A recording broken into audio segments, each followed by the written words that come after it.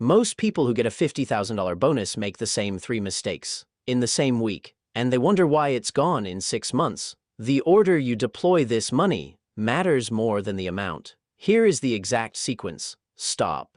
Before anything else, calculate the after-tax number. A $50,000 bonus is not $50,000. It is taxed as supplemental income. Federal withholding on bonuses is 22% for most earners. For higher earners, it hits 37%. Add state taxes on top. If you earn $150,000 a year and receive a $50,000 bonus, your actual take-home is likely $31,000 to $36,000, depending on your state. That real number is your starting point, not the headline, not the gross figure. Every decision in this video starts from your after-tax amount. Making plans against money you don't have is how people end up frustrated in February, wondering where it went. If you carry high-interest debt, it comes first. Full stop. A 22% APR credit card balance is a guaranteed minus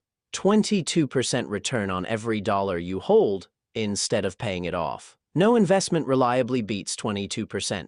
If you have $8,000 in credit card debt, the first $8,000 of your bonus goes there. Every dollar, right now. Lower interest debt, car loan at 5%, student loans at 4% stays. The investment math works in your favor there. You can earn more than 4% to 5% in a broad index fund. You cannot earn more than 22%. The rule, anything above 7% gets paid off immediately. Anything below 7% stays and you invest the difference. If you don't have an emergency fund, build one now. Not after you invest. Not after you buy something. Now, 3 to 6 months of essential expenses in a high-yield savings account. That means rent, groceries, utilities, insurance, not lifestyle spending. If essential monthly expenses are $4,500, your target is $13,500 to $27,000. This isn't where money goes to die.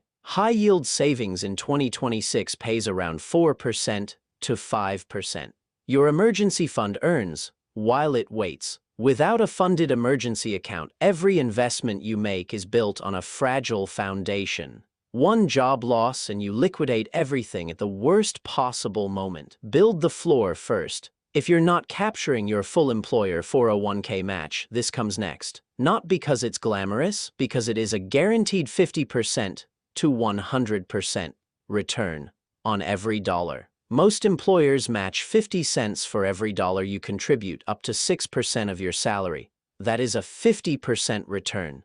Before the market does anything, before a single investment decision. If your employer offers this and you're not fully capturing it, you are leaving part of your compensation on the table every month. Use part of the bonus to temporarily increase your 401k contribution rate for the rest of the year. Get to the match, then we move on. Now you invest. But in a specific order. The HSA first. $4,300 in 2026 for individuals. $8,550 for families. Triple tax advantaged. Pre-tax in, tax-free growth, tax-free medical withdrawals. Nothing beats it on paper. Max this before anything else if you're eligible. Next, your 401k, $23,500 for 2026. If you're 50 or older, $31,000. Every dollar reduces your taxable income right now. Then the backdoor Roth IRA, $7,000 per person in 2026. Tax-free growth forever. High earners above the income limit use the backdoor conversion. Legal IRS approved takes 15 minutes. These accounts give you the highest return on your dollars before you spend a single dollar anywhere else. If money remains after steps 1 through 5, invest in a taxable brokerage, a broad index fund,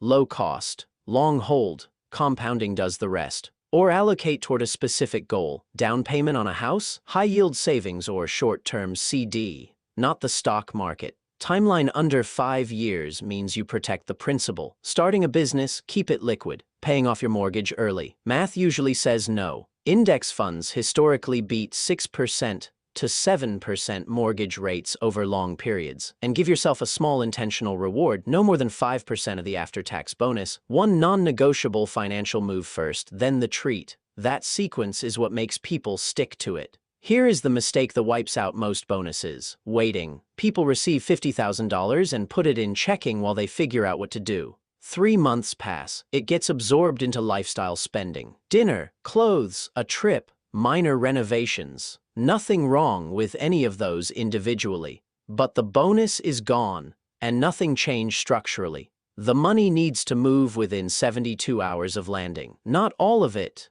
but the foundational pieces. High-interest debt, emergency fund top-off, at minimum, a dedicated account, so it stops mixing with your day-to-day cash. Inertia is the enemy of a bonus. Decide the allocation today. Move the money this week. Here is the complete order. Step 1. Calculate your real after-tax number. Step 2. Eliminate high-interest debt above 7%. Step 3. Fund emergency account to 3 to 6 months. Step 4. Capture any unclaimed employer 401k match. Step 5. Max HSA 401k and backdoor Roth IRA. Step 6. Taxable brokerage or specific goal. Step 7. 5% intentional reward, not more. That sequence isn't complicated. It is just rarely taught in the right order.